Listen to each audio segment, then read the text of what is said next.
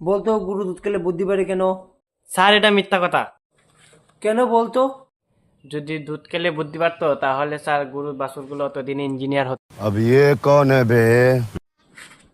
আজকে তোরা কি পড়াশোনা শিখে এসেছিস? পড়াশোনা করে কি হবে?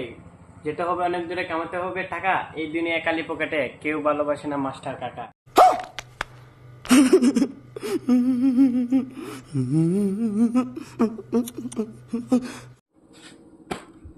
বলতো বিদ্যুৎ কে আবিষ্কার করেছে?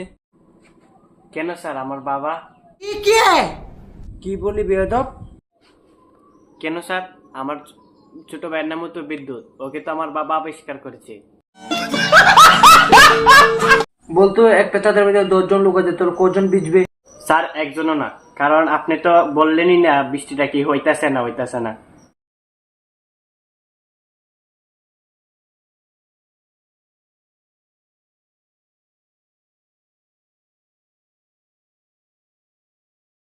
कैसे कैसे लोग रहते हैं यार यहाँ पर।